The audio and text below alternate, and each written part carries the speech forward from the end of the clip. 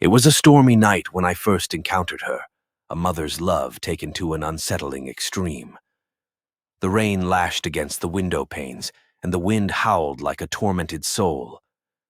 My car had broken down on a desolate stretch of road, leaving me stranded in the heart of the tempest. I had no choice but to seek refuge in the nearest house I could find. A gloomy, decrepit mansion that loomed on the horizon like a spectral sentinel. As I approached the imposing structure, a shiver of trepidation coursed through my spine. The house appeared to have withstood the ravages of time, its cracked walls and overgrown vines telling a story of neglect and decay. But it was also my only chance of escaping the fury of the storm, and I couldn't afford to be picky. I knocked on the massive wooden door, the sound echoing through the empty night. For a moment, there was nothing but the relentless drumming of the rain, and I began to fear that the house might be as abandoned as it appeared. Just as I was about to turn away, the door creaked open, revealing a woman, a motherly figure with weary eyes and disheveled hair. She welcomed me inside with a warm smile and an apology for the state of the house. It was clear that she had fallen on hard times, and her desperation was palpable. I was grateful for her hospitality, and she insisted that I stay the night, as it was far too dangerous to venture back out into the storm. The interior of the mansion was a strange juxtaposition of grandeur and decay. The wallpaper was peeling, and the furniture was shrouded in dusty sheets, but the remnants of a once opulent lifestyle were evident. The woman led me to a dimly lit room with a threadbare canopy bed and faded tapestries adorning the walls. As I settled in for the night, the woman introduced herself as Margaret, a name that carried a sense of elegance and grace that seemed out of place in the rundown mansion. She explained that she had been the sole caretaker of the house for years, after her husband's passing and her son's departure for a better life in the city.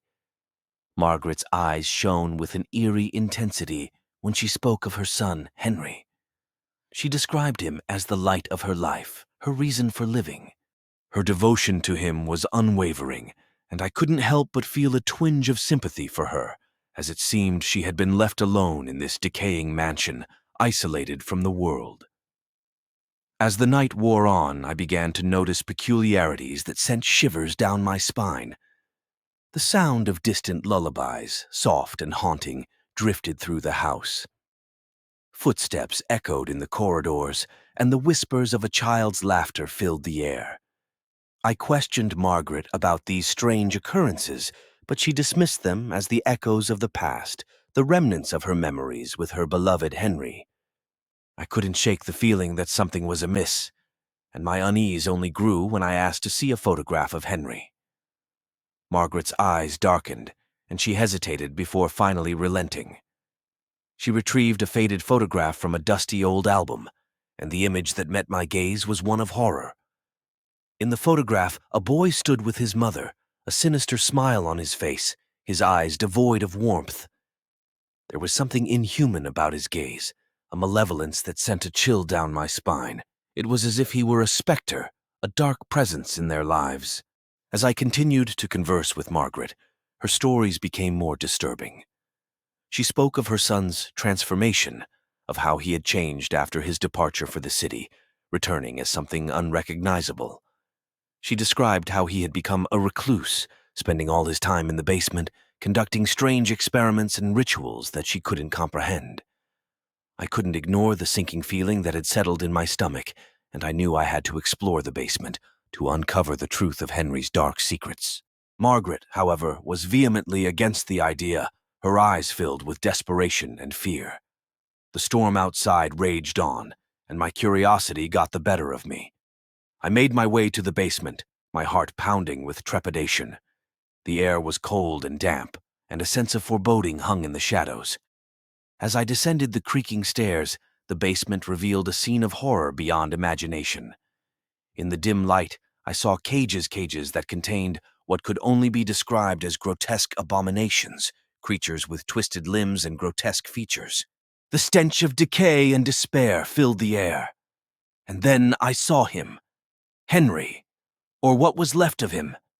His body was contorted and deformed, a nightmarish mockery of a human being. Tubes and wires connected him to bizarre contraptions, and his eyes held a malevolent gleam. Margaret's voice echoed in my mind, her words taking on a chilling significance. Her son's transformation was not metaphorical, it was a descent into madness and a terrifying obsession with the macabre. He had become the embodiment of her dark love, an obsession that had driven her to create the horrifying beings in the cages. I realized with a sickening dread that I was not a guest in Margaret's home. I was a pawn in her twisted game, a victim meant to become another grotesque addition to her collection. As the truth unfolded, the basement became a house of horrors, and Margaret's love was revealed as a madness that defied reason. I was trapped, and the storm outside raged on, a relentless tempest that mirrored the horrors I had uncovered.